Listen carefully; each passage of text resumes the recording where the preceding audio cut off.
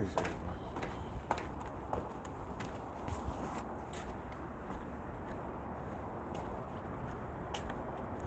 How you doing?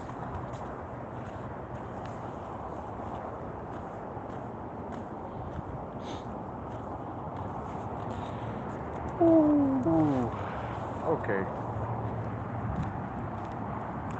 How's it going, people? Your boy Mad Mike coming at you guys with the impromptu Atlanta Falcons Q&A.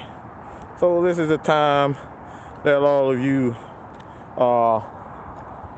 hard legs and soft legs, aka better known as men and women, ladies and gentlemen, boys and girls, fuckers and fuckettes.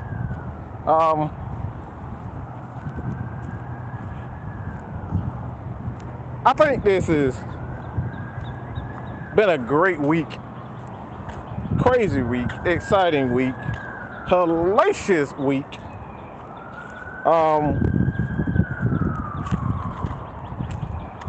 I'm not in a very good mood, so I'm gonna try to be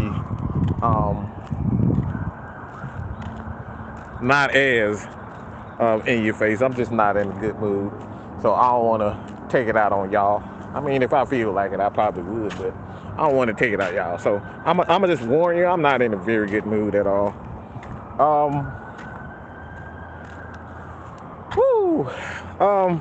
Throw some questions in there, man. If y'all already got some questions, I'll answer it, but you gotta blow off some steam, and nothing helps me better than talking some ball. But I wanted to say something also as it pertains to the Atlanta Falcons and Falcons fans in general, because there's a misconception for whatever reason that people really feel that we be picking at you. Like, we really be picking at you guys. Like, people really have that in their heart that we're here to make fun of everybody and, critique everybody's conversation and make them look like a complete idiot. No, that's not our intention. And I can do that. I can, but that's not what we do. It's like, like my young protege, Alex Edwards, we actually take time and sit down and actually have a conversation. You hear K-Style say this all the time. He say, Mike, we just want to have a conversation. We just want to have a conversation. So, what the hell? I'm sorry. Hold on, y'all. I thought I had shit on. I thought I had the shit on. Y'all didn't hear me. Well, good God Almighty. So give me a second for this headset to connect. I feel like a damn idiot. I've been talking, and y'all don't really hear me too well. All right, appreciate it. All right, there we go. So it won't be a particularly long live, but like I said, I think that it needs to be said and stated is that, like I said before, people really feel like we pick on them and that we go out of the way to make sure that we disagree with everything that we're saying. And we want to make sure that a lot of people got it wrong. Okay? We're going to continue to reiterate this. Okay? It's all about the conversation. And like I've told you, I was brought up by guys like Chuck Smith. The same Chuck Smith that just got a job with the Baltimore Ravens as an outside linebacker coach. They paid the 3-4, so it's essentially a pass rushing position. He's going to go there, teach these guys how to properly pass rush. And that's a guy that I was, you know, I learned from. Throw me a little couple of gems here and there about, you know, the art of football and, you know, teaching myself on how to properly interview players and things of that nature. Like he really broke down a lot of things for me. So I want to be able to share what I've learned from not only him, Terrence Mathis. You know what I'm saying? Terrence Mathis really took me under his wing, and he can never do. Those guys can never do no wrong in my eyes. Why? Because they took the time out to properly train and make sure a guy like myself is ready. Okay? So all I'm doing is giving you what I've learned from these guys. Not only them, we got OG Chauncey. When I tell you OG Chauncey has been around the block, all right, this dude has been around the block. It's hardly anybody in the city of Atlanta that this dude does not know. I'm talking about entertainment. I'm talking about sports. They know OG Chauncey, okay? Sam, the same thing. These guys are well known in the city. So I wanted to have this live because there's a preconceived idea before people actually sat down and had a conversation with us. And never mind that. That's Miss Maggie texting me. But there's a preconceived notion and idea that people feel as though that we're picking on them. And everybody in this chat have said, and you guys know, we don't pick at you. It's never personal. It's about the absolute conversation. We're trying to educate people. And sometimes education and teaching people, some people feel as though that they know everything already. Guess what? That's the problem. When you feel as though that you know everything and you're comfortable with being, you know, ignorant in certain aspects of the game, and like I said, for me, I'm not the type of person that's going to be comfortable staying and knowing what I know.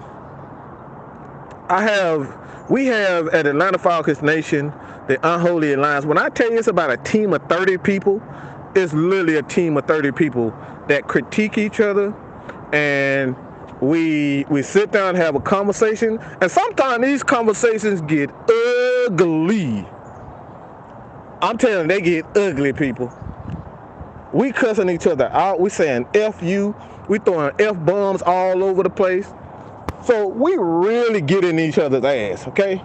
And I'm talking about it's heated debates where me and Sam is going at it. I'm cussing Sam out. He cussing me out, and then all right, we take about 30 minutes, a half a day to get our head straight, and we come right back and say, all right, Mike, I see what you're saying. All right, Sam, I see what you're saying. My bad. Bam, bam, bam.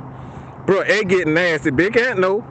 It gets nasty. So these conversations that we have, it's all about educating each other. So if you feel like you're comfortable with being ignorant in the state that you are, that's you.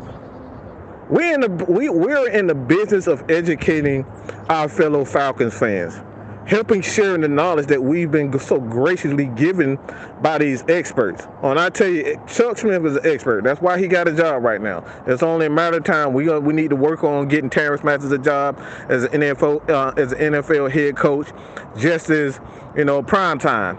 Prime time. He had to go the alternative route to even get a job in college. Now, this is Deion Primetime Sanders, who didn't even get the opportunity to be taken seriously.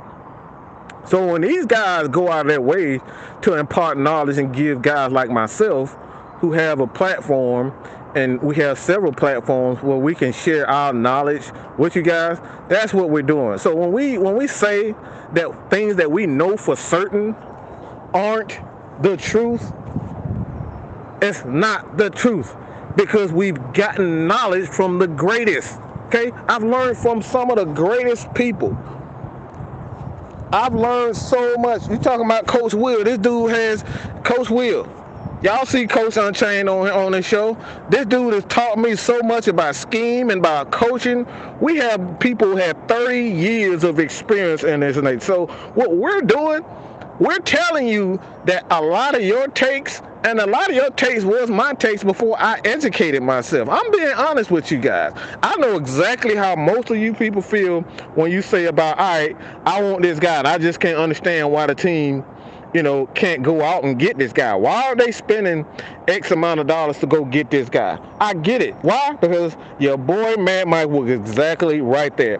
I said the same things before I took the time out to actually learn every aspect of the game. Now, looking at numbers and trying to crunch numbers and looking at the salary cap and trying to figure out the dead cap and the savings, that shit gets boring. So I get it. So the natural thing is to do is say, all right, why we got to worry about all that shit? I mean, the New Orleans Saints, they seem to always have money. Well, that's a problem. The New Orleans Saints always seem to have money because guess what? They cutting and releasing a lot of good people, but they keep reloading. And the Saints right now are still in a position where they still got to get under the cap. It's not done for them. They still in cap hell. They still in cap purgatory. They still re-signing and restructuring contracts. So it's a consequence to pay when it comes down to every aspect of the conversation. But this is what this is really about. Wolf, my boy Wolf, made a video yesterday. I believe it was yesterday. Yeah, it was yesterday. Wolf made a video, and as I told you guys that I love it when people critique my points, make videos, because it gives room for people to to eat. I eat off you, you eat off my plate. Hey, we share. So I love it when people take my videos, critique them. You know what I'm saying? It's like I'll be able to share your videos to my platform. All right, hey man, if you guys check out Wolf's video, I share it to my community tab so you guys can check out his video and vice versa. So it's about sharing the wealth, bro. So I love it when people go out of their way and say, all right, Mike had this point the other day. You know what I'm saying? I agree with a lot of it, but I didn't agree with X and X and X. Wolf did that. I fucking love it. Wolf goes on to the video and say, I ain't scared of Mike. Let's get it, boy. That's what the fuck I'm talking about. That shit fucking excites me. I love it when the motherfucker come in and come at me. I'm all about competition, bro. I was an athlete, period, point blank. And I'm telling you, a motherfucker like me, running 4.3, jump out of gym. Look, I was dunking in the fucking 7th fucking grade. So I've been an athlete. So competition is all I motherfucking know. If you know anything about my family, I'm all about competition. So I love it when a motherfucker come at me, try to get me to, to step my game up. I love it when a motherfucker come at me and say, Mike, I challenge you. I challenge you to a fucking duel. Guess what? Because it takes me to a whole nother level. And if I don't know something, guess what? Goddamn. Wolf may have got me on that shit. Kale may have got me on this shit. The Jew may have got me on this shit. Big Sam may have gotten me on that. Whoever. But I take it as a learning fucking lesson and don't take this shit to heart. But I absolutely love when motherfuckers come at me. I love that shit, bro. I love it. I fucking love competition. I love it when you fans go out and comment on my fucking videos and say, Mike, you know what? I like you, but that shit you said is fucking stupid. All right, I'm gonna come at you and say, all right, why do you think it's stupid? And a lot of people, they won't take it as a challenge. They'll say, well, I just want you to know you stupid.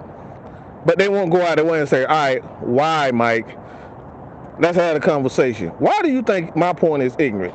Why do you point? And if you can't articulate yourself, guess what? You're going to get ate up by a motherfucker like me and K Styles, because we're going to ask a billion goddamn questions. Okay? I appreciate that. I appreciate that. I really do. I truly do, man. I truly do. Feisty Falcons fan, I'm here for the Falcon content, and Mike makes my day. Thank you, sir. Keep it up. Jeffrey, I appreciate it. Wolf, Big Ant, really. Um, Ghost Peppers, how you doing? JB, Terry, Martin, Deal the Dunn, Michael Walker, Pat Norris, RC Plain,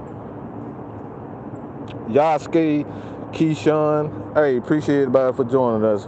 But like I said, bro, I love competition, man. All right, I love competition. But like I said, I wanted to get this off my chest is because I don't want people to be afraid to, have a point. You know what I'm saying? Don't want people to be afraid to have a point. And even if we disagree, we're going to take the time out to say, all right, this is the reason why, you should at least, at the very least, take things, in consideration. Because like I said, this isn't just me. This is what I've learned from several people who have been a part of the game. Terrence Mathis is a college football Hall of Famer. Chuck Smith is a well-renowned, well-respected defensive mind and a great player, one of the greatest pass rushers in the Atlanta Falcons history. He works with guys like Von Miller. You know what I'm saying? Von Miller is probably one of the greatest. He's going to go into the Hall of Fame. He's one of the greatest pass rushers this game has ever seen. So if these guys can go out of their way to teach me, why wouldn't I want to give you guys that? So, because one day, you guys are going to be in this spot. One day, you guys are going to be in this spot doing exactly what the hell I'm doing. So a lot of people just don't want to be challenged. And like I said, that's not a problem of mine. That's not a problem of mine, bro. That's not a problem of mine. Okay? That's your problem. And again, that's your problem when you don't want to be challenged. That say more about you than anything. We feel it is as our duty and as our job, and probably the job part is a little far-fetched, but we see it as our duty to try to educate as much as we possibly can. So when we say things, we saying, all right, you're dead ass wrong on it. Why? Because we actually been trained in a situation and we know what the truth is. And we said it time and time again. That the Falcons were not going to go after Lamar Jackson. We said it time and time again what the Falcons are going to do, what they're looking for. That Terry Fontenot, Arthur Smith, they don't give a fuck about what Mike thinks. They don't give a fuck about what you think. Because if they did, they wouldn't went after Lamar. Because half of the absolute Falcon fan base wanted him. And the Falcons came out and said, guess what? We don't want him. We haven't been talking about it, and we ain't been thinking about it. So that just shows you what we've been saying. Terry Fontenot, this is the bad guy era, and they do not care what any of us thinks. They're going to do what they want. So like I said before, this ain't personal. It's about educating people, bro. So with that being said, I got that off my chest. We can get to this football stuff. So I know Miss Bridget Kelsey out there, if she's watching this, and other people. You know what I'm saying? There's other people, content creators, fans who feel as though that, AFN, Matt Mike Sports, we love to pick at people and make fun of people. Look, it's about the conversation. About the conversation and having fun. If you can't take a little shit talk, we shit talk our own friends, we shit talk our family. That's all that's it. We see everybody as our family, and we're gonna talk shit. And not everybody can, sit there and talk shit the way we talk shit. But like I said, at the end of the day, just sit down, bro.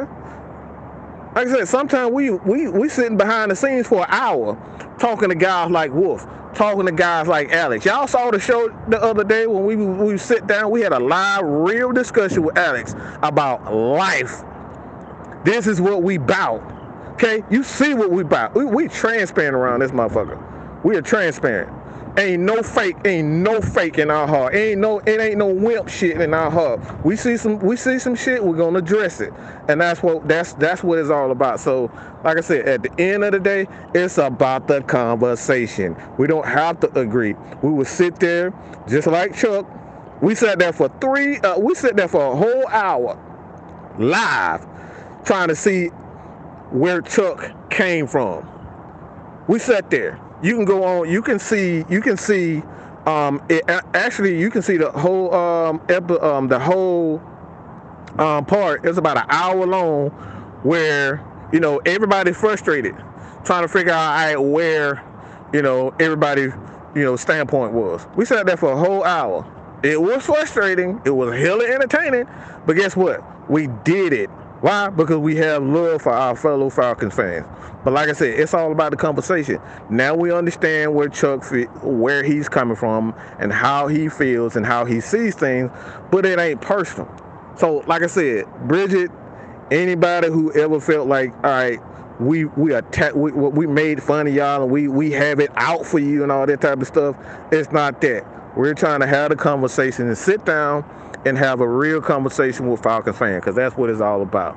And like I said, you guys have done so much for us that you'll never truly understand. You guys are really the reason why Mad Mike, AFN, Six Man, K-Style, Jew Talk Sports, why we have, why we are what we are. We are because of y'all, bro. We here because of y'all. We are here because of you guys. There is no Mad Mike Sports. There's no Atlanta Falcons Nation. There's no Jew Talk Sports, Six Man K Styles. There's no us without you guys. So that's something that I wanted to really state. Because like I said before, I bully bullies. Okay? Let me repeat that. Oh, I'll bully a bully. I'll tell the motherfucker that clearly. I bully bullies. I love bullies.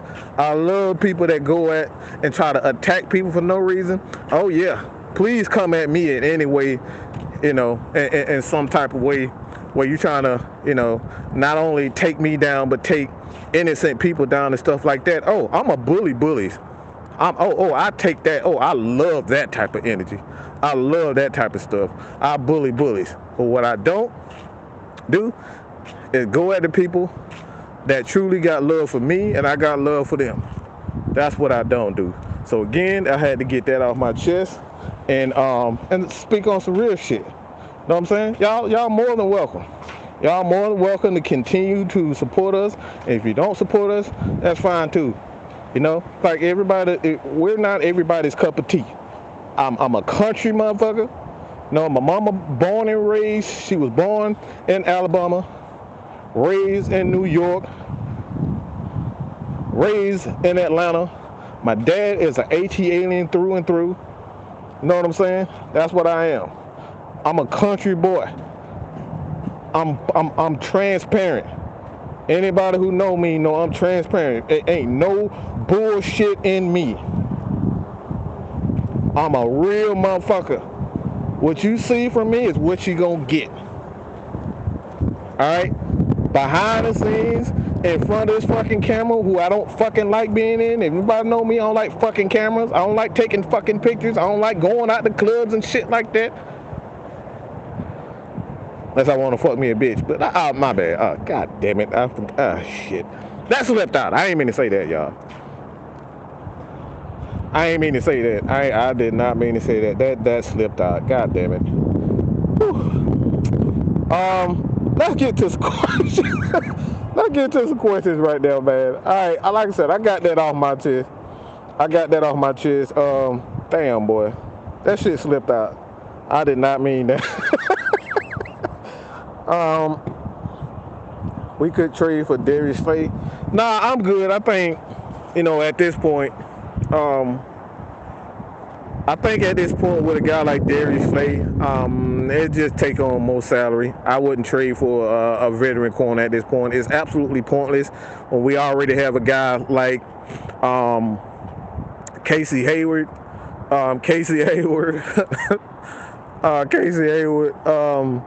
I think at this point, he's that veteran guy. AJ Terrell is that guy. D. Alford.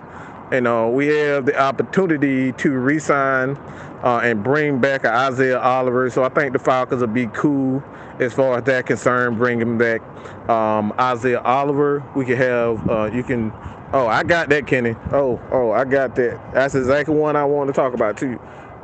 But bringing in a guy like Darius Slayton, trading for, at this point, I'm not trading for a veteran corner. If he's not if he's not a free agency, I'm not giving up draft capital to trade for him. Not doing it. Doesn't make a ton of sense. We already got a veteran corner. You already got a young stud in AJ Terrell. Bringing him in just doesn't make a lot of sense. But I do like his game. He talks a little bit too much on social media for me. That's all good, but yeah.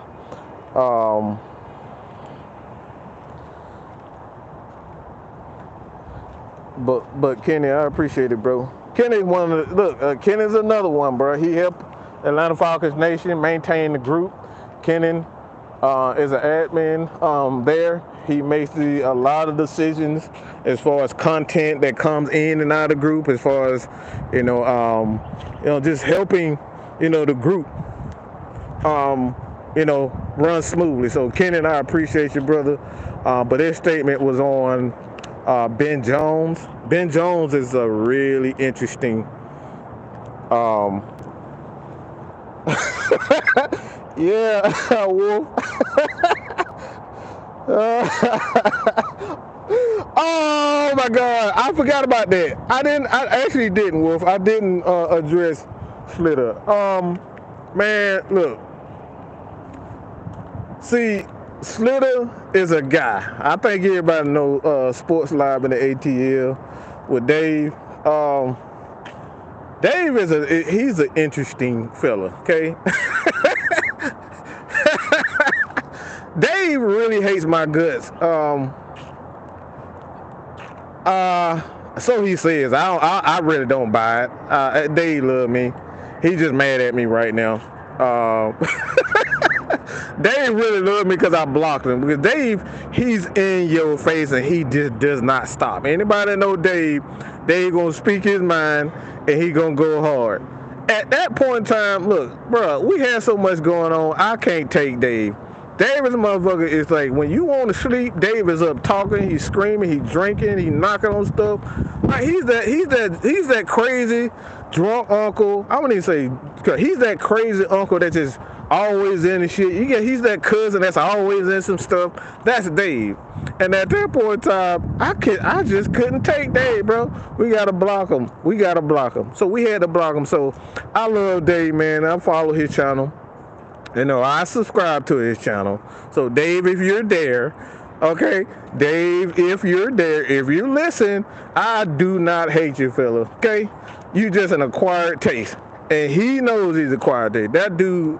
Man, look, Dave will drive you nuts, okay? Keep that real. Dave will drive you nuts, and he'll drive fans nuts, and he'll drive other fans because he never stopped fucking talking. When I tell you, bro, oh my God. If y'all see, like I said, go check out Sports Live in the ATL. Dave is absolutely out of his damn he's out of his damn mind. All right, he's out of his damn mind.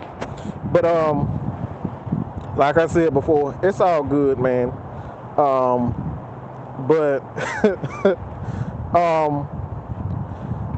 Should we get Josh Gordon? Hell no. No, I'm good. That dude can't follow. He needs to be in the league where it's not as many protocols. Because Josh is a natural-born villain. Good player, but he's a natural-born villain, and he does not need to be in the NFL. Too many rules and regulations in the NFL for a guy like him. That dude like to smoke weed. He like to do what he want to do. And like I said, with guys like that, he needs to be in the XFL. He needs to be in the USFL where he can, satisfy that love of the game. Because that's what it comes down to. He needs to satisfy that love of the game. So, I don't think he'll be good for the NFL. But like I said, everybody who know Dave, man, Dave, like I said, he's an acquired taste. And when I tell you, when he passionate about something, look, he gonna make sure everybody hear it, and he gonna make sure everybody hear it, okay? And he gonna make sure everybody hear it again, and then you gonna hear it again, and then you gonna hear it again, and then you gonna hear it again, and then you gonna hear it. Look, no calm in Dave, okay? Jalen Hyatt, Brian Brees. I like Brees. I like Brees. Breesy, how the hell you say his damn name? But I like Brian Brees. He has a little bit injury history, if I'm not mistaken. Let me see something real quick. Got my other phone here so I can kind of look at.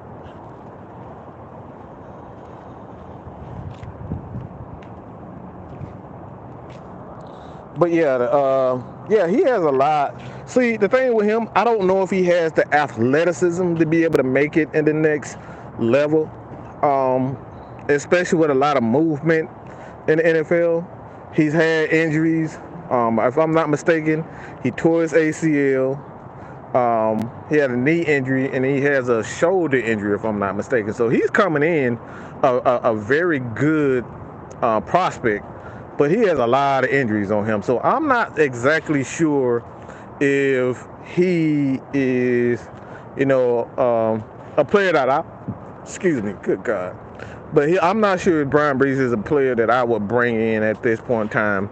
I think there's a question mark above him, and it's largely due to the injuries. Good player, but Falcons need players at this point in time that we know for sure that these guys are going to come in relatively healthy. Now, anything can happen in any given moment, as we saw in the NFL Combine, where I'm about to say Lark Voorhees, but Andrew Voorhees, the guard out of USC, he tore his ACL. So, like I said, we know things like that happen, but it's already, he kind of recovered from. But like I said, at any given time, the Falcons drafted a guy with knee injuries and stuff like that. What was his name? The defensive tackle. God damn, I forget the defensive tackle. We drafted him really high, and he pretty much a bust. But damn, what's his name? We drafted the guy, and he retired after like 2 years or something, or three years or something like that. Was it Auburn? Who the Falcons? Good God Almighty! Help me out, fellas. No, it's not Marlon Davidson. It's not Marlon Davidson. What was it? Mississippi? We drafted him a few years ago. Like I think it was like, what's his name? I guess right on. Good God Almighty. I'm gonna get that. Good God Almighty. Atlanta Falcons. Oh, I'll get it. But we end up drafting him. Parade Jerry, that's who it is. Appreciate that, Jew. I don't know why I was thinking JB or something. Like something with a JB. But Parade Jerry, it's like we drafted him with knee injury. So that, like any defensive tackle that has like knee injury for me, yeah, I'm scared. I'm scared. I don't want to play with defensive guys, especially defensive linemen that has a lot of knee injuries. So it's like I like Breesy, but he's an excellent prospect. He played with a lot of great leverage and power, but kind of worried about them knees, man. Them knees can really mess up a prospects. Man, if you don't get out here with that damn Eli Apple, hell no. No, absolutely not. There's no way in hell I'm taking no Eli Apple. That dude don't ever shut up. Every time he start talking crap, he give us like 4 or 5 touchdowns in the game. Nope, I'm good with him. But Ben Jones, this is what I had a conversation with Reddy.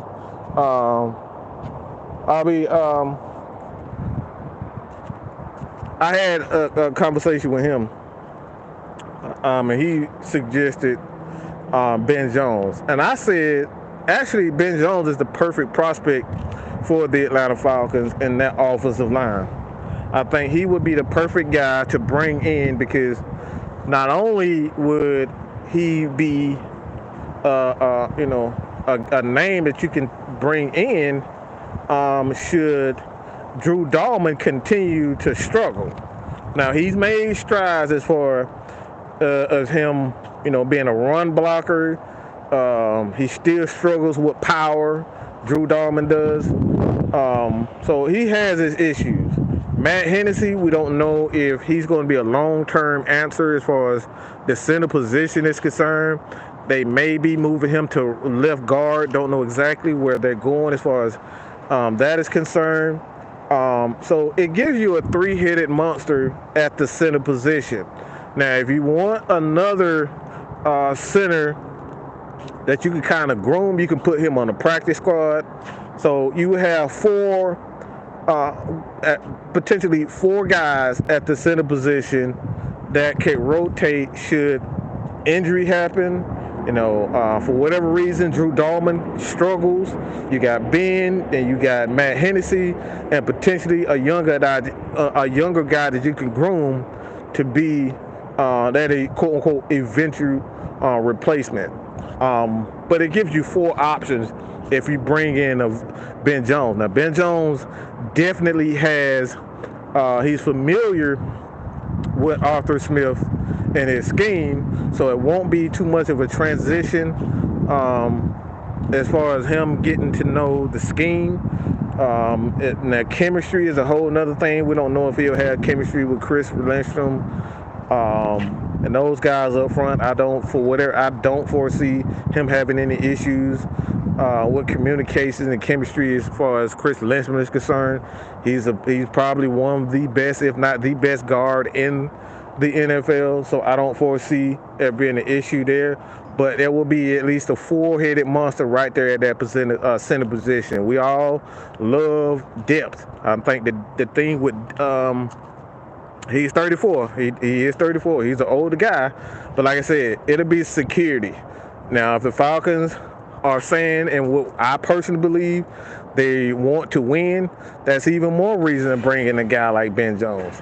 Again, if for whatever reason injury comes in, and he's healthy for the most part, we know we know for a fact that he's been in them high pressure situations. He's been in the playoffs. He's been in fourth quarter comebacks and things of that nature, and high pressure situations for us. So we know he's prepared for that. But it all comes down to just want to have depth. So a Ben Jones for me is exactly, I like that potential signing. Warren, what's good? What free agent would you like to see in Atlanta?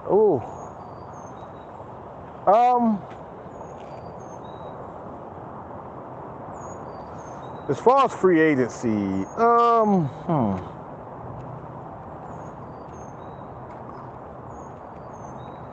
that's a tough one. Personally, I don't want any older defensive linemen in Atlanta. I just don't want. I don't want any older defensive linemen. I don't want other people's trash, quote unquote, other people's trash. I don't want. I prefer to go the youth route as far as our defensive line is concerned, and giving them, money. Now we know Brandon Graham is off the market, the defensive lineman from the Eagles. He's off the market, and for the most part, Payne is off the market. And for what I understand, Tomlinson could be off the market. So there's not a lot of guys in free agency that I want. I'm not sure if I want a guy like Yannick Ngakoue because I know he's going to cost a lot of money. We brought back a guy like Lorenzo Carter, who's a veteran guy, the veteran defensive lineman there, an edge guy. So if I were to bring in a guy that knows the system, who's been in the NFL and has a lot of experience It's a guy like Onyemata. Like I'm gonna bring in a guy like Onyemata, defensive tackle from the Saints. He can go alongside Grady. We know that in a solid rotation, Onyemata is a guy that I would bring in just for familiarity of the system, the scheme, and we all know for the most part that coaches like their guys. Okay, coaches like their guys. Coaches like their guys, um, and at some point the Falcons are going to do that.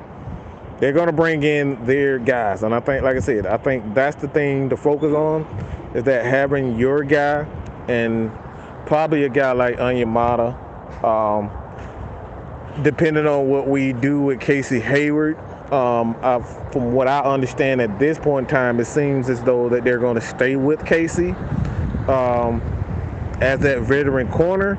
But if another corner was to come to the Atlanta Falcons, I'm picking up a Pat Pete. Now, Pat Pete is going to cost somewhere in the neighborhood of $5 to $8 million. Don't know if the Falcons are ready to get that, but you don't have to, sign him to 3-4 years. And he doesn't have to play a whole lot. You can move AJ around. You can move Pat Pete. You can move Casey Hayward around, and do some things there. But I'm bringing in Pat Pete.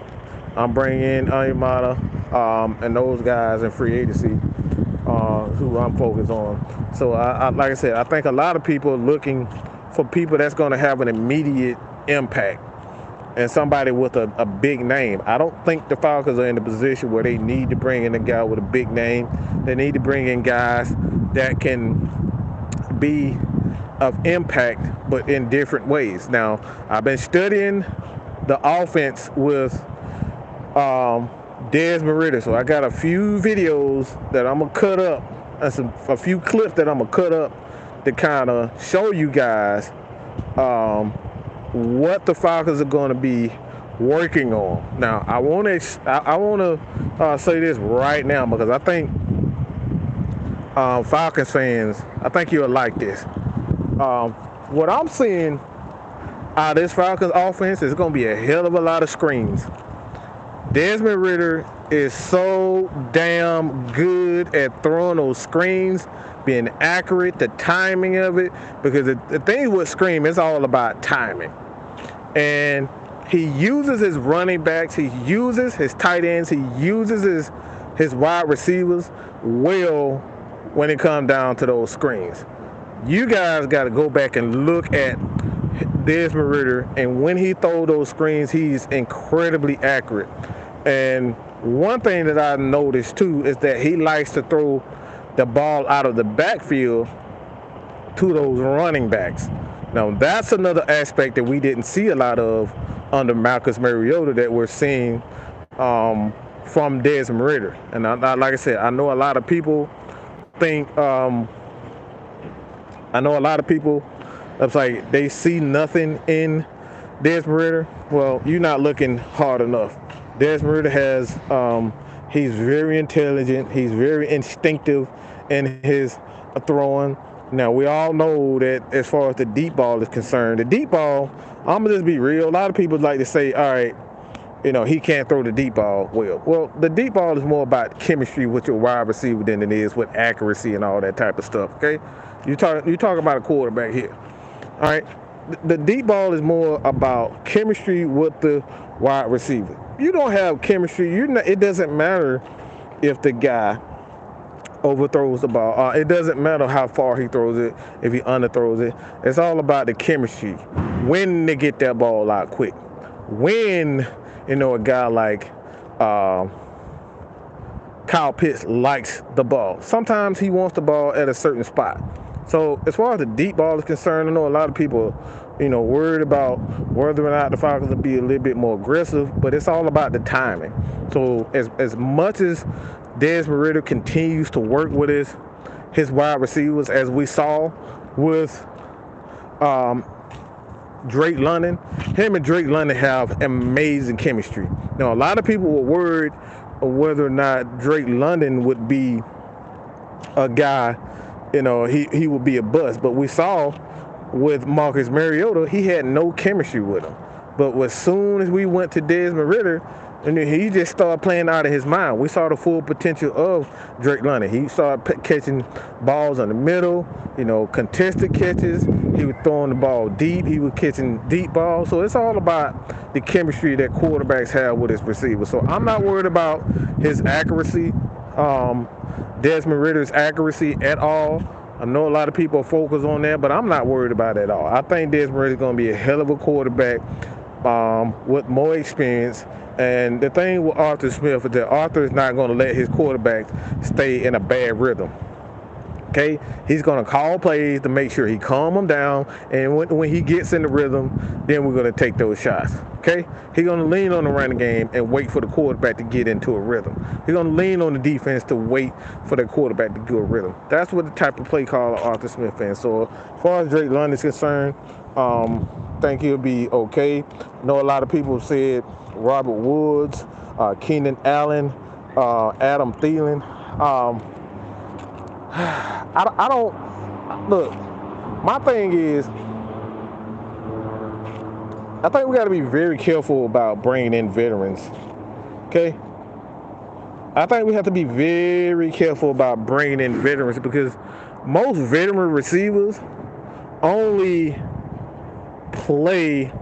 know the style that they've been playing for so long. Okay. I think you got to be really careful because Adam Thielen knows how the Vikings have been playing all this time. Keenan Allen only knows the way the Chargers have been playing it all this time. So it's going to be adjustment for those guys to understand what Arthur Smith likes.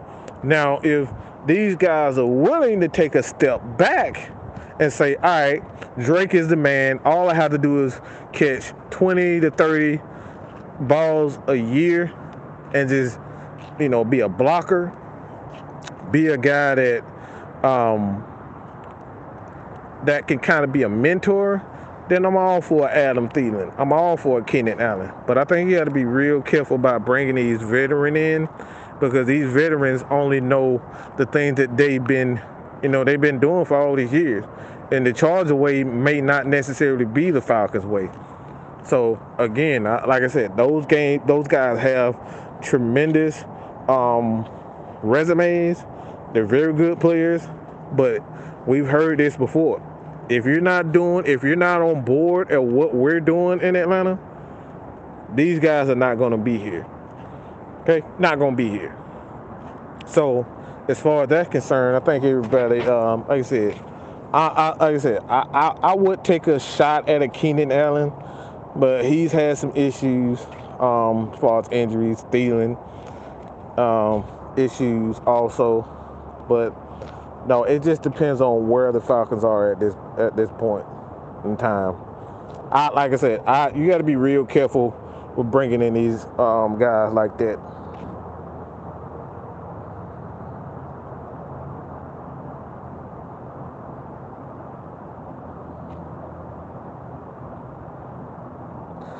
Think you can get Jason Kelce to play? Nah, I don't think Kelce. I think Kelce actually looking to retire.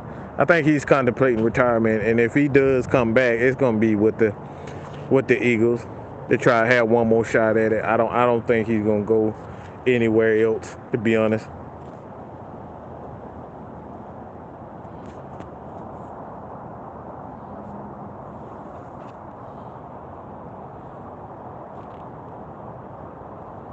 Nate Davis is a guard, is awesome. Like he's another guy that's been a part of it too. Nate Davis is a guy.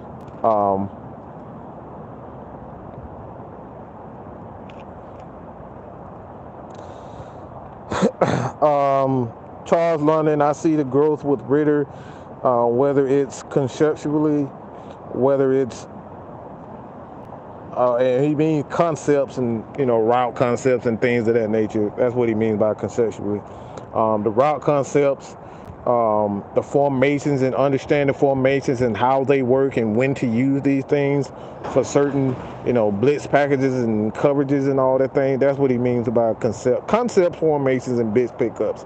So that's what he's saying when he make that statement. We might get, like I said, Ray Fit. What was good, man? That's another guy we're talking about earlier as far as Jones is concerned. We'll see. Don't know what he's thinking.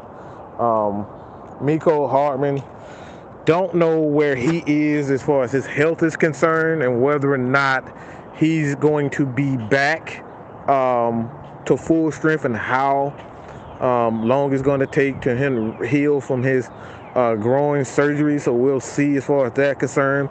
I actually made a video as far as Miko Hartman coming to the Atlanta Falcons and how he should and would be used. The Falcons obviously need a guy that's going to be explosive. What Olamide Zaccheaus as a free agent. I think Demir Bird is still on the roster, but Olamide Zaccheaus is a free agent. Don't know if he's going to get back. Another team might see what Zaccheaus could bring to the table and sign him to a reasonable offer, or he might just come back to the Atlanta Falcons. But the Falcons are short on wide receivers right now. I think we're down to like 4 wide receivers, so I know they're going to add to the room, but I just don't know what exactly and where they're going. Now, a second thing a lot of people are saying is the tight end position. Now, me personally, I'm looking to dominate. So when I say the tight end position, I think there's nothing bigger and better right now than having a guy like Big O next to Kyle Pitts. Now, Kyle Pitts is a guy that can play inside and outside, inside and outside. He's that dangerous. The dude is a problem. You put him against DBs, cornerbacks, he's going to destroy those cornerbacks. Just going to do it. He's too physical. He's too fast. He's too big. And I think he'll dominate corner. So if you put a corner and then have Big O, his 6'6" frame, about 260, 70 pounds, him damn self. Like, that dude is huge. He loves to block. He loves to be physical. Bringing in a guy like Big O and put him next to Kyle Pitts, it'll be damn near impossible because not only you have Pitts that can roam the middle, but he can kill you on the outside. And Big O is a guy, too. He loves... he's pretty great at run after the catch. Okay, he catch that ball on the yak yards. He's really good at after the catch for a guy that big and that size. He can take that mug to the house too. So I like that. They have Big O and Kyle Pitts in the middle of the field, and that just destroy any team. I don't think any team could be able to handle that type of attack along with Drake London. It'll be a problem, man. So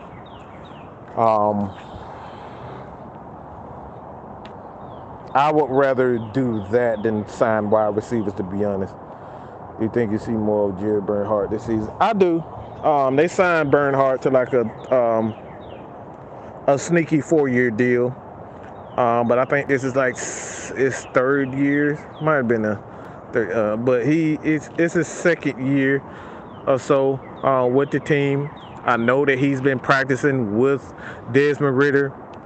So as far as Desmond Ridder is concerned, I think he has chemistry with not only Michael Pruitt, Bernhardt, as we saw in the preseason, and a few others. Now we have Frank Darby that's still there also, still looking for him to take his game to the next level. Don't know exactly when he's going to take that next step, but that's a whole nother story.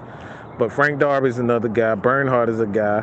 Michael Pruitt, we got to see if the Falcons are going to bring him. We have John Fitzpatrick from Georgia, the University of Georgia. A big body, has decent athleticism, a damn good blocker. So he's a guy that could quite possibly be also with the Falcons, see how that goes. But the Falcons have options, man. I think the Falcons have options that we've yet to see.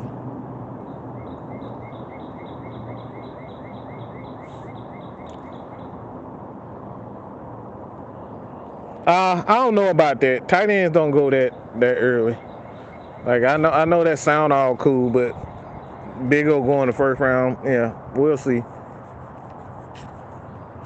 These NFL franchises at this point, they're looking at quarterbacks. They're looking at offensive linemen. They look at defensive linemen. Tight ends don't necessarily go as high.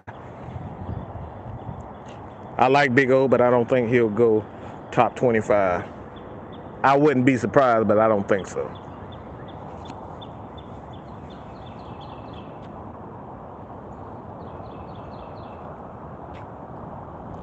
Dang, what's good? Dang, DB, I said, what's good?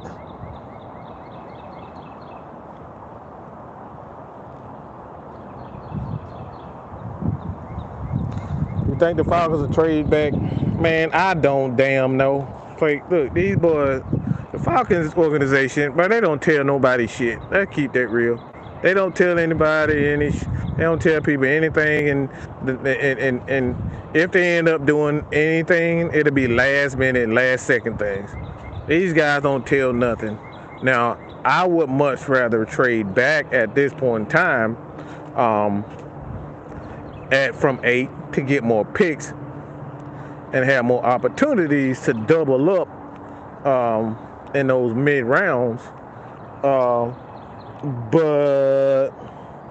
I'm gonna say this. Don't be surprised if the Falcons end up getting a tackle, man. I know that made people cringe when I say that, but there's a strong possibility that the Falcons may not be able to sign Caleb McGarry back. And there's a strong possibility that, I want to say strong possibility, but that is a possibility that, Jake Matthews may be looking to retire at some point in time, whether it's 2 years or 3 years. Falcons have to start, looking down the line. If they don't feel like Jalen Mayfield is that guy, they have to look down the line and say, all right, we got an Asian left tackle, and we have a spot open at right tackle. If we don't re-sign Caleb McGarry to a really good deal, a team-friendly deal, then there's a huge void there. And that's something as an offensive line and a team, you can't ignore the fact that you got a void there, a hole there. So do not be surprised if a guy like Peter Skronsky, he falls. Jones from the University of Georgia. We have quite a few guys at right tackle that can go in there. And these guys are very good athletes. So do not be surprised if the Falcons end up going tackle with that in the 8th pick. And like I said, it's a strong possibility that Caleb McGarry may not be back. And we don't know if they feel and what they feel about Jalen Mayfield at this point. You know what I'm saying? He was healthy, but he was a healthy scratch. So we don't know what the Falcons are going to do with Jalen Mayfield. We don't know. And like I said, you want to be safe than sorry. So do not be surprised if the Falcons end up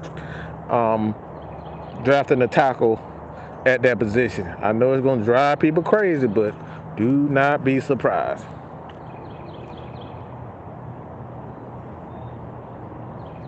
We did not get any comp picks. No, hell no. I'm not taking Christian Gonzalez at 8. Like I said, we already have a corner in AJ Terrell, elite corner in my opinion, with AJ there. Now, if you bring in a guy like Christian Gonzalez, you got to understand that down the line, you're gonna have to pay him. Okay, this is why drafting a corner like Christian Gonzalez is so dangerous, because if he end up being elite, yeah, you'll have 2 damn good corners, but these corners getting paid no less than $80 million these days. Okay? I know it's exciting to think about. I know it's exciting to want, but you got to think about it financially. A lot of people don't like to think about the finances. All right? You got to pay these guys. At some point in time, you got to pay these guys. And the way the market is going, it's going to continue to go up. It's going to continue to go up. So I like the idea of a Christian Gonzalez and an AJ Terrell, But in my opinion, I think if you draft Christian Gonzalez and he ends up being elite, you got to make a major, decision on who you're going to pay. And I don't think in the NFL you can pay two damn good corners. I don't know of a single franchise that's playing, that has two great or close to elite corners on their team. As a matter of fact, the Rams are trying to get rid of Miss Thang, aka Jalen Ramsey. So look, these corners are expensive, bro.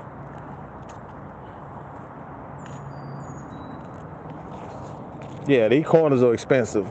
So it's like I wouldn't draft a corner at that position. I'm going corner in maybe the second round.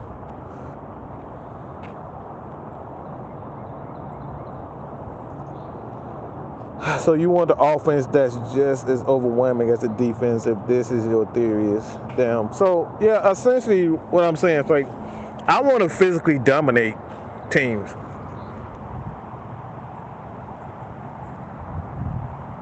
I want to physically dominate teams. So absolutely, when teams come to play Atlanta, they gonna get smashed in the face by the offense, and they gonna get smashed in the face by the defense. Look, hey, Ray, I understand what you're saying, but it's still about money, pimp. You got 5 years, but that's still $100 million. Okay? Let me explain something to you, because this is where fans don't necessarily look at things the way the organization is looking at things, because it becomes a money issue. $100 million is still $100 million. That's roughly $20 million a season for cornerbacks, for a top cornerback. Okay, you got two cornerbacks that are elite. Let's just say both guys end up being elite. Christian Gonzalez and AJ Terrell. That's $40 million allocated to two positions, two starting positions on one side of the ball. You got roughly $240 million. The $40 million is for the corners. Just right off the bat, that's $40 million is gone. We haven't even got to the linebackers. We haven't got to the defensive line. All right, and let's just split it in half, $120 million for each side of the ball. That's $40 million allocated right there for the defense. All right, that's $40 million gone. 120 minus $40 million, that's $80 million left. You got Grady Jarrett making $20 million a year. You're down to $60 million. You see what I'm saying? And then you get to the depth guys.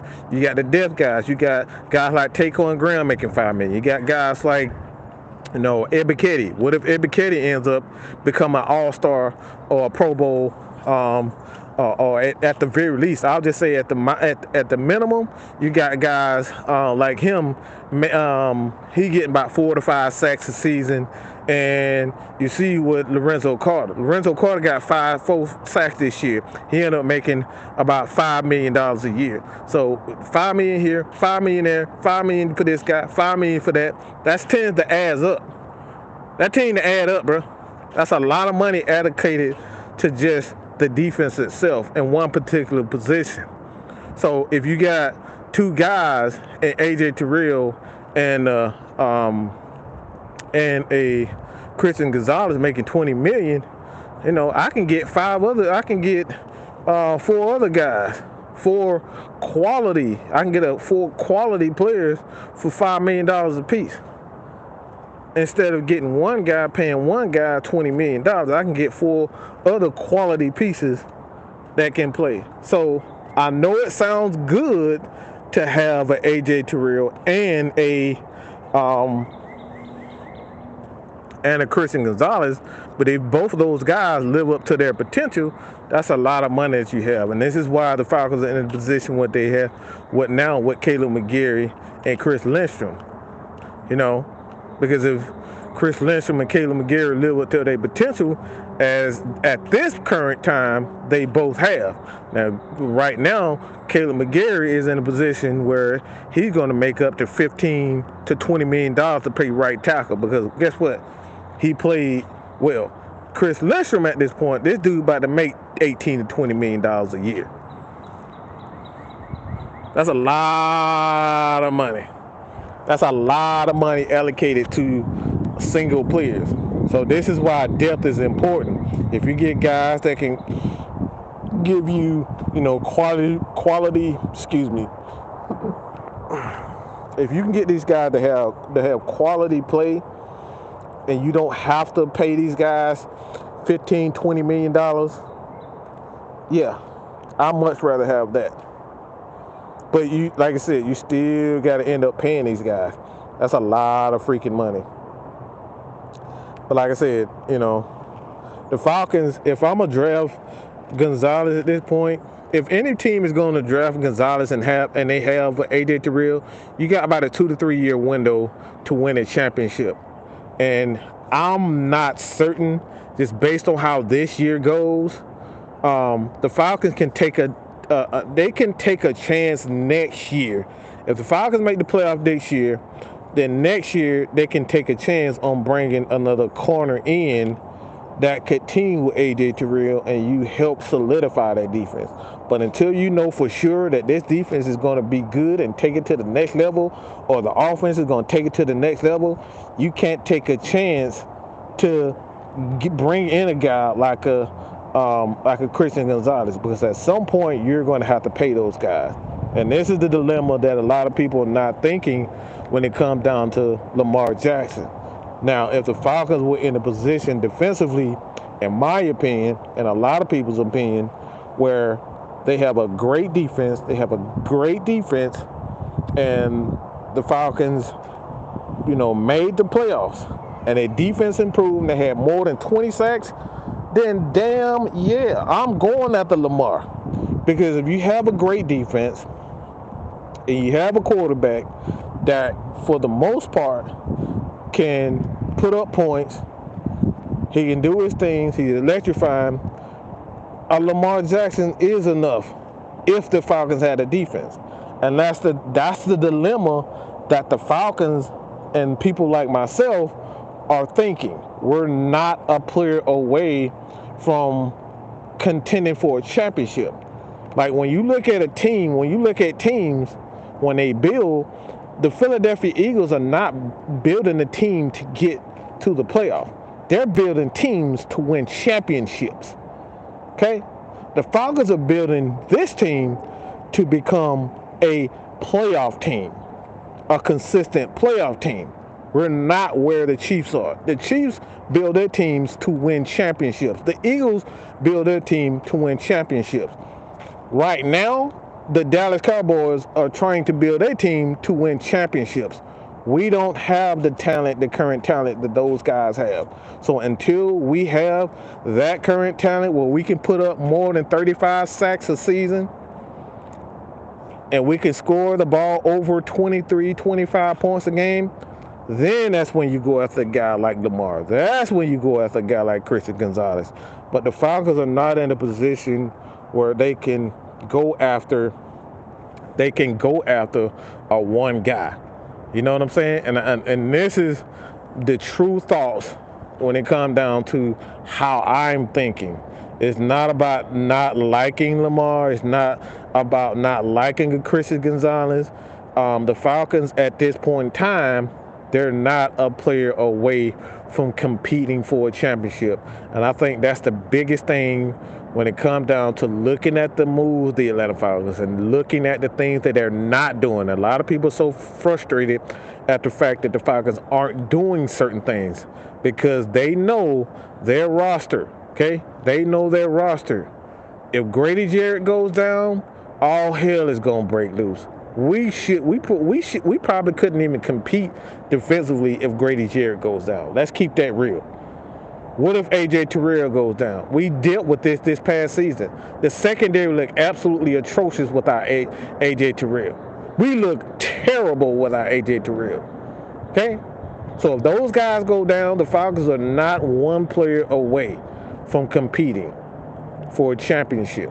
And that's the thing that we have to take. So if you have a solid rotation, that's why you need another guy next to Grady Jarrett. You need at least 3 to 4 quality pass rushers in the NFL to compete for a championship. The Falcons don't have that. The Falcons have maybe 2 guys you can say quality pass rushers. 3 maybe. And Lorenzo, Ebiketie, and Grady Jarrett. Grady Jarrett is a superstar, but if we lose Grady Jarrett, I don't know if Ebiketie can lead this team. I don't know if Lorenzo Carter can lead that defensive line. And these are the things that the Falcons are contemplating and they're thinking about. You know what I'm saying? Because, like, you have to think as far as Lamar is concerned. Lamar goes down, more than likely, if Lamar, let's just say we came in and traded for Lamar. Well, more than likely, I don't think Desmond Ridder would want to move or stick with the Falcons. I'm just gonna be honest. I don't think that the Falcons Desmond Ridder is going to sit back and wait his turn, for Lamar. Lamar, 26 years old. He could easily have another 7 to 10 years in the NFL at 26. He could easily have that. He's just 26 years old, so he can easily have a good 7 years left. He'll be 32. 7 years at this point, that man will be 31 years old. Desmond will be 31 years old if he end up 31, 32 years old when he finally get his shot, waiting on Lamar. So I don't see him going down. I don't see him staying and waiting his turn. So he's gone. So Lamar goes down, guess what? The Falcons are right back in a bad position.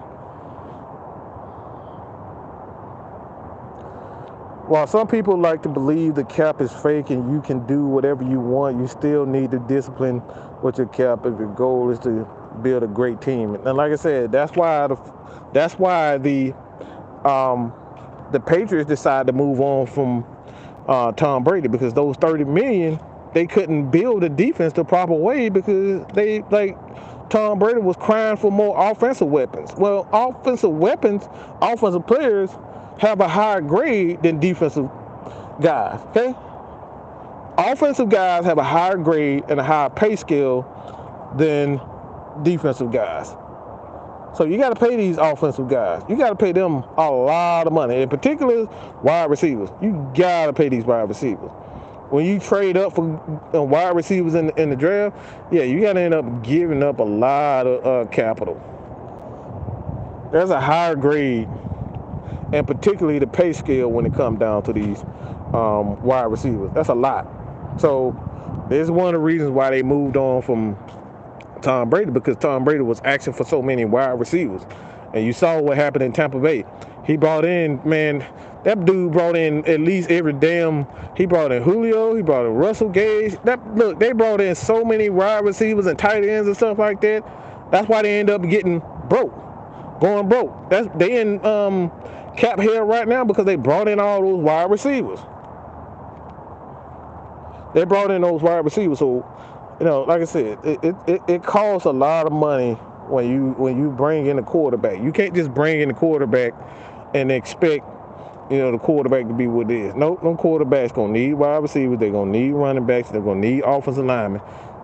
This is just not all right, I need to bring in that one guy. When you decide to bring in a quarterback like a Lamar, like a Matt Ryan in his prime, like a Tom Brady and Aaron Rodgers, you're going to spend money on offensive guys. Okay? It's not like defense, where if you just draft a guy, you can just let this guy do what he does. Nope. Offensively, you need to invest in that quarterback. So if you're going to bring in a guy like Lamar, believe me, Lamar's going to need tight end, he's going to need fullbacks, he's going to need running backs, he's going to need wide receivers, he'll need offensive, he's going to need all of that. We saw it before. Got to be able to invest in your quarterback and put even more weapons around him so he can make the team even more dangerous. So that's another thing that we saw. We saw the same thing with the Rams. Now the Rams are saying that, your boy is up for trade. Like they looking to trade Matt Stafford right now. Like this is what we talking about. When you make that decision to go after these, these players for 1 year and you're trying to win it all, and some teams do win it, but there's a severe penalty for winning those championships. A lot of people are probably saying to themselves, well, yeah, man, but we ain't won the championship. But it'll be another 5 years, 4 to 5 years to get back to try to get back to winning the championship. Yeah, you got that one championship, but are you going to have the ability to have that sustained success? A lot of people don't. Like I said, they gone, bro. From a quarterback perspective, how much you think Lamar is asking for? I mean, I think we all know that. He want everything. He want the bag. He want all. He want 53 plus. Let's just keep that. He want 50 million plus a year. Lamar's not looking to share. Lamar's not looking to give the organization a discount. He want it. He want guaranteed money. Now he can sit up here and lie all he wants to, and use Stephen A. Smith to lie, but this guy wants every dime. Okay, he wants every dime. He wants to have a fully guaranteed contract, and at this point, that's the wrong way. And if you look at a lot of these agents, the agents are saying to themselves, it's like, yeah, Cleveland did that, but that's something that owners don't want to have to do, because one, Lamar has missed a third of the NFL games that he as a starting quarterback, he's missed a third of the NFL games. So why am I going to pay you $50 million if you can't give me, the security of actually playing in every game? And that's one of the main reasons why a lot of teams don't want to give him, because financially, like I said, it's not so much about Lamar and is he good enough. I think everybody knows Lamar is a damn good player, and if you have him on a team, chances are your team is going to score a ton of points. All right, you're going to score a ton of points depending on the player that you have and the offensive coordinators and whatnot. You're going to put up some points. So I don't think anybody can say that Lamar is not going to be exciting. The offense is going to be in a position where they can score a ton of points. Although I don't think he's a very good elite quarterback at all. I think he's an elite player. I think he's an elite playmaker, but I don't think he's an elite quarterback. He's a good quarterback, and that's fine. You don't have to be elite. And I think that's another thing that everybody assumes, like every quarterback has to be elite. You don't have to be elite in this league to win championships. I think Lamar is good enough to win a championship. I think Lamar is good enough as a quarterback, but as far as elite status, he's far from that. He's not elite status. But like I said before, you can still win championships with guys that are just very good. We just saw that, right? We see it every year. Every year we see guys like, what's the guy in San Francisco, Brock Purdy. Nobody say Brock Purdy is an elite quarterback. I don't even think people say he's an average quarterback at this time. The dude probably third or fourth tier quarterbacks. He probably fourth tier as far as the quarterback is concerned. But they still was in a position where they could contend. He did good enough for them guys to get to that point. So it's like I said, you don't need a quarterback to be elite to win championships.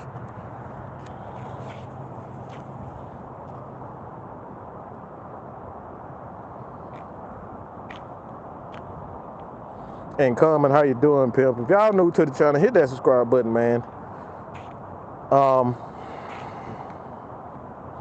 Matt Ryan signed a 5-year, $150 million with the Niners, including 46 signing bonus, $100 million guaranteed, and an average salary of $30 million a year.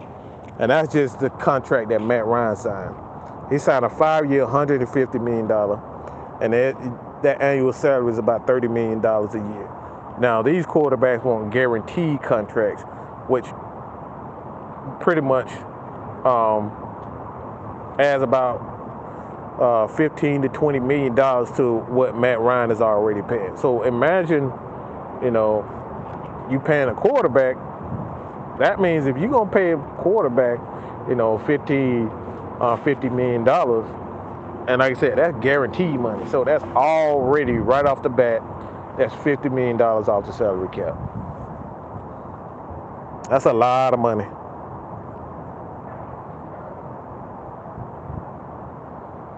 Yeah, the Rams did went to the Super Bowl, but the Rams are right now in absolute sale mode.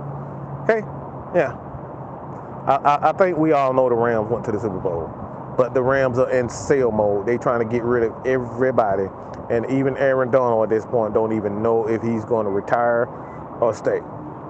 So again, if you're going to go all out or go all in for a championship, you got to understand that things might not go your way, and if it doesn't go your way, guess what? You got to sell everything in the house because you can no longer afford it.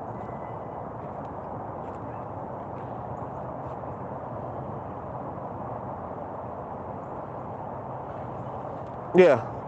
Anybody that don't know, Lamar is asking for at least, he's looking for Deshaun Watson money. And Deshaun Watson is making $50 million, about $50-something million a year. That man asking for a lot of money. And that's what he's looking for.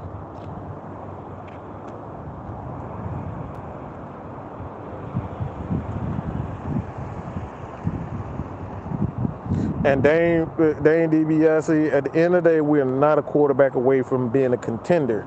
So why put all those resources into acquiring one player that won't elevate into that category? And the key point to what he's saying and what we've stated time and time again, the Falcons are not a quarterback away from contending for a championship.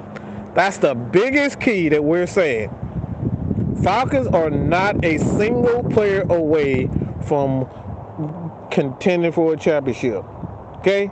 The Rams were a single player away from a championship. That's why they traded for Matthew Stafford, because they were a single player away from contending for a championship.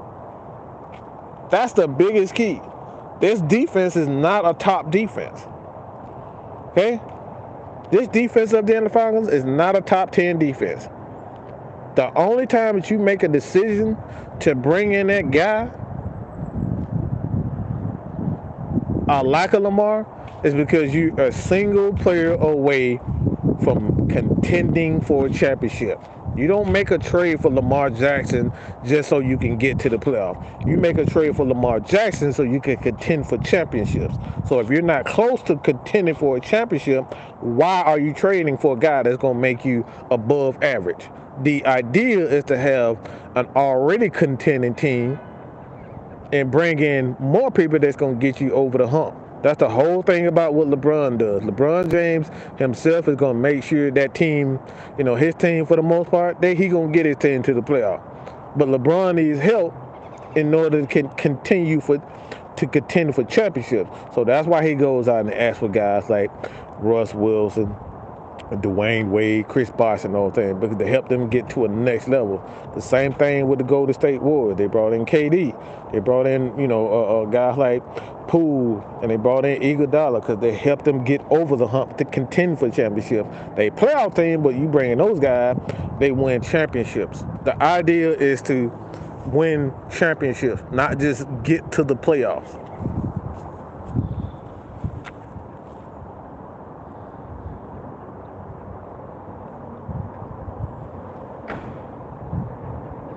The Rams won the Super Bowl one year and barely above the Cardinals the next.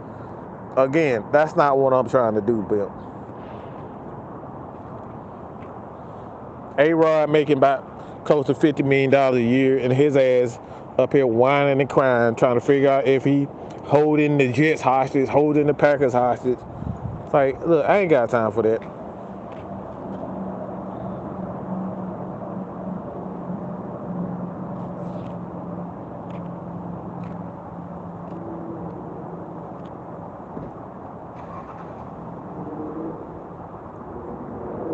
And that's another thing with Burrow. Like, Burrow is about to get paid. This dude's about to have a $250, $300 million contract. So they're not going to be able to pay their wide receivers. Everybody think they're gonna be able to pay their wide receivers. If they pay their wide receivers, guess what? DJ Reed gone, Henderson gone, Eli Apple gone, Jesse Bates gone. Like, they're not gonna be able to pay all those guys. They're not gonna be able to pay all those guys.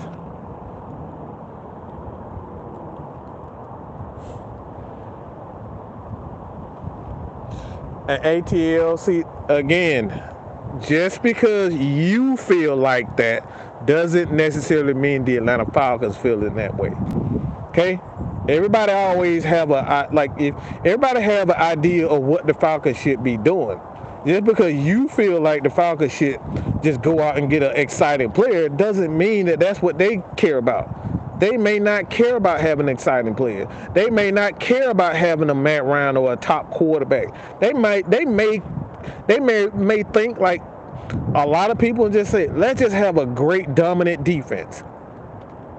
And that's not appealing to everybody. Having an exciting player like Lamar Jackson is important to you, and you're more than entitled to have that. That's your right to have that.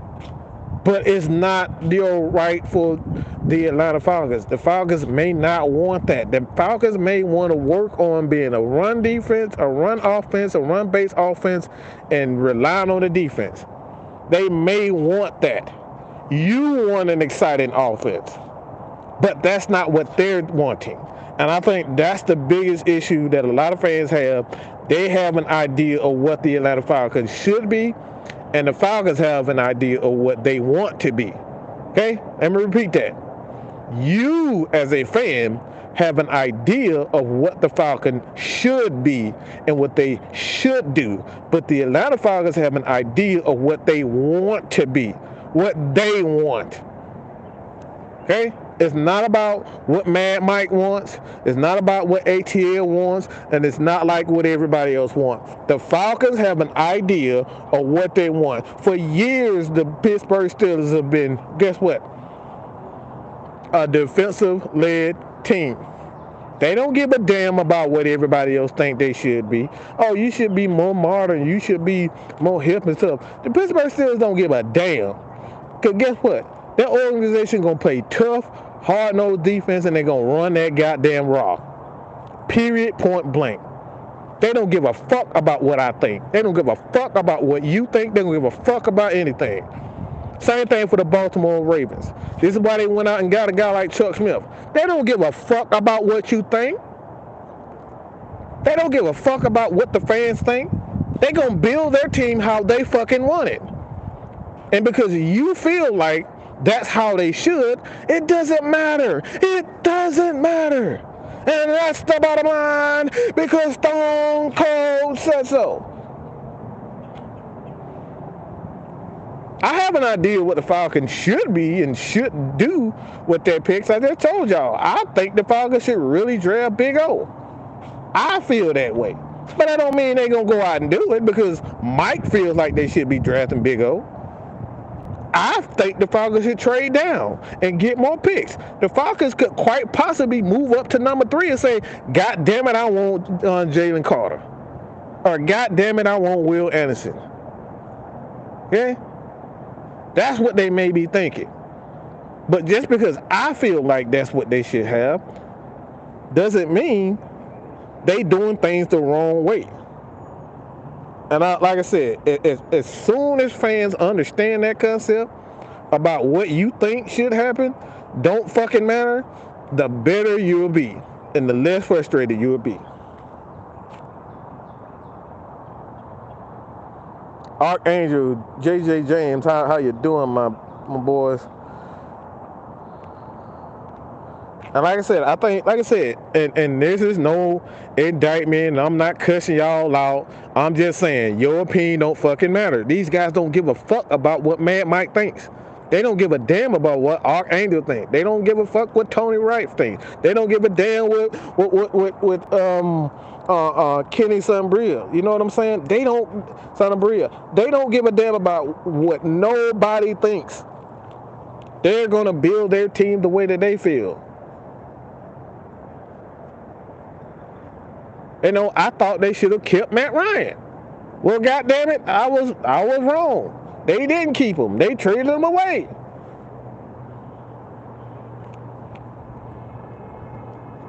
I thought they should have went after a defensive end last year. Hey, I was wrong. So fucking what? Let's support them regardless. They don't give a fuck, man. We should know this shit by now. Motherfucker, how many times have we been, hey, man, look, man, let's get a goddamn defense. Let's get a defense. Let's build a defense. Let's build a defense. Let's build a defense. We keep getting all these bullshit ass pieces on defense and saying, all right, we building the defense. Man, no, they don't give a damn. Stop being frustrated with other people doing with their fucking money and doing with their fucking team. Just enjoy it, bro. I'm a Falcons fan. I don't give a fuck who the quarterback is. That bitch can be fucking Trent Dilfer Jr. I don't give a fuck. I'm still gonna cheer. I might be mad as hell, but I'ma still cheer. I'm like, hey man, this motherfucker garbage, but hey man, I gotta ride with my squad.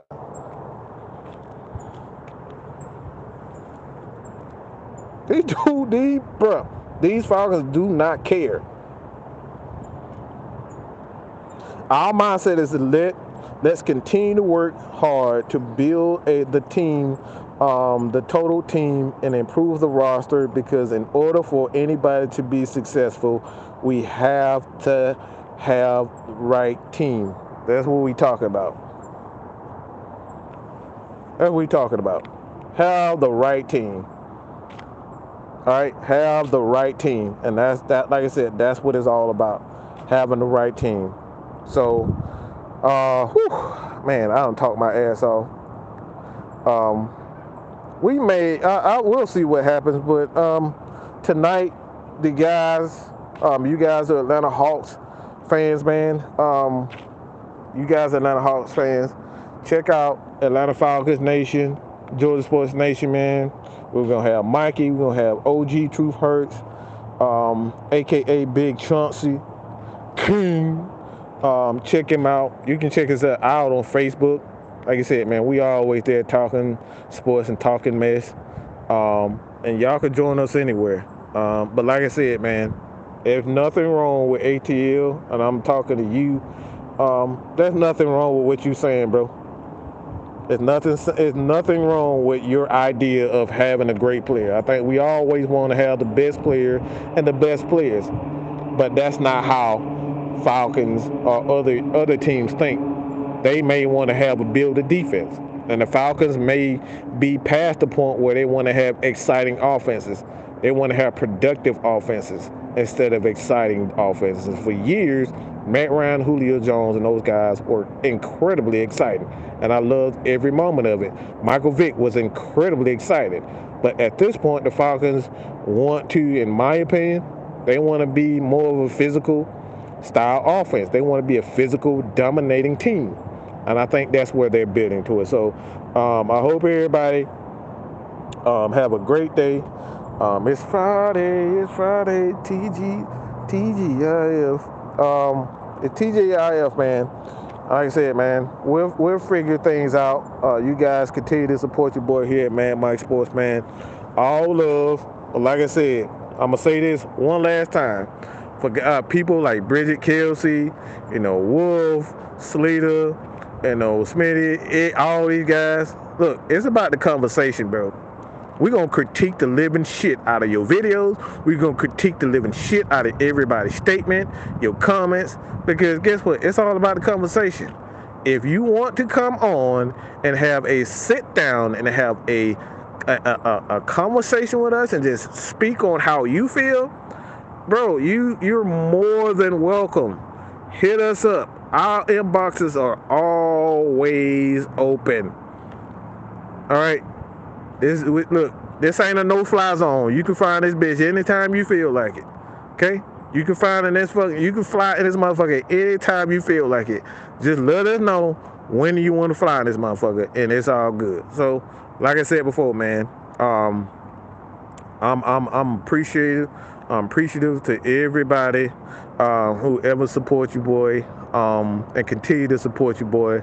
If you guys continue to donate to the cause. We got we got quite a few causes coming up real soon. We're going to be giving back to the community, man, and really start a non-profit organization or a profit as far as us concerned.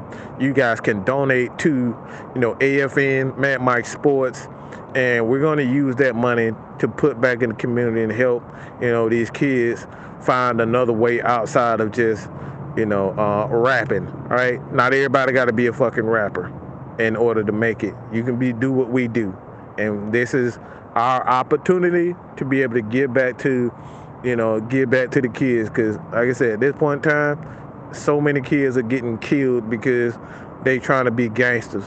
You know what I'm saying? We already been through that with the job shit and all that type of stuff. You don't have to be a gangster, you know what I'm saying, in order to make it. You don't have to be a gangster to be popular. Hey, you can sit down and talk about movies. You can sit down and talk about Falcons. You can sit down and talk about Star Wars. But you don't have to be a gangster in order to make it big. And that's what we are preaching. Hit us up, Mad Mike Sports.